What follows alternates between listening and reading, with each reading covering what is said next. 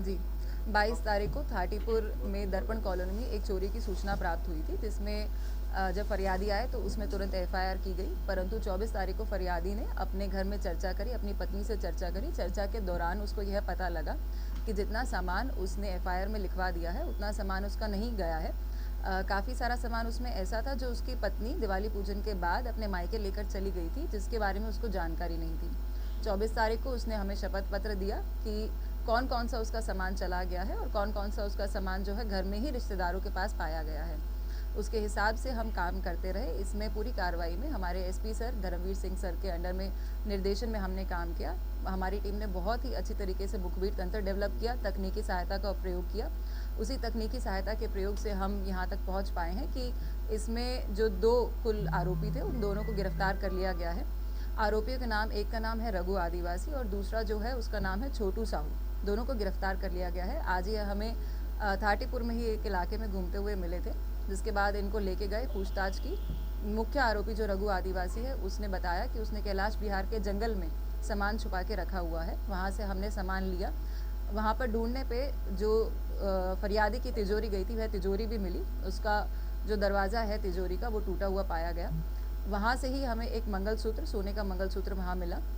साथ में ही एक जोड़ी झुमकी भी उसने वहीं छुपा के रखी हुई थी। वहाँ से हमने यह ज़ब्त किया। उसके बाद उसने अपने जो दूसरे साथी का नाम बताया था, उस साथी को हमने उसकी चाय की टपरी सिरोल से गिरफ्तार किया।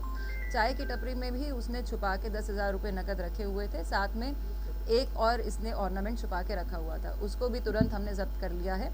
इस पूरी घटना में जो हमारा सामान गया था वो पूरा सामान हमें मिल गया है। केवल 20,000 रुपये ऐसे हैं जो इन्होंने बताए हैं कि उन्होंने खर्च कर दिए गए हैं। उसके अलावा कैश, चांदी का सामान, सोने का सामान पूर्ण रूप से हमारी जब्ती इसमें हो चुकी है। फरियादी द्वारा कितना लिखा गया था और कितना माल बरामद किया गया? फरियादी के द्वारा जो है इस घटना में काफ़ी लिखवाया गया था। इसमें एफआईआर जो हुई थी वो कुल राशि जो है उसमें 4,90,000 की लिखवाई गई थी, परंतु सामान उतने का नहीं था। जितना सामान उसने अब बताया शपथ पत्र के माध्यम से वह हमें मिल चुका है। साथ ही इस पूरी घटना में हम एक और नया प्रयोग कर रहे हैं, क्योंकि हमारी भारतीय न्याय संहिता में 112 और 111 धारा का भी उल्लेख है। उसको पढ़ने के बाद इस धारा में 112, इस पूरी एफआईआर में 112 धारा भी लगनी चाहिए, जो कि एक छोटे संगठित अपराध के रूप में आती हैं, जिसमें 2 लोग या उससे ज़्यादा लोग अगर संगठित होकर कुछ प्रकार के अगर कार्य करते हैं तो उन पर वह धारा लगाई जाती है। इस पूरे प्रकरण में हम वह धारा भी इजाफा कर रहे हैं। आरोपियों क्या बैकग्राउंड है और क्या उनका आपराधिक? इसमें एक आरोपी का जो है पहले भी एक चोरी का प्रकरण रहा है।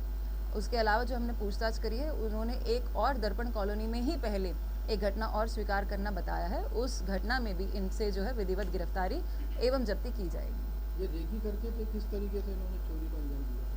जो हमने तकनीकी और सीसीटीवी फुटेज में पाया है और जो पूछताछ से पाया है वह यह बताया गया है कि ये लोग है जो है कॉलोनी में या गांव में ऐसी जगह पे घूमते रहते हैं और ऐसे घरों को तलाश करते हैं जो बंद हो, जो यहाँ पे लोग ना रह रहे हो, तो उन घरों की ये तलाश करते हैं। अगर उनको ऐसा घर पाया जाता है तो वह अपनी घटना को अंजाम करने की, देखने की कोशिश करते हैं।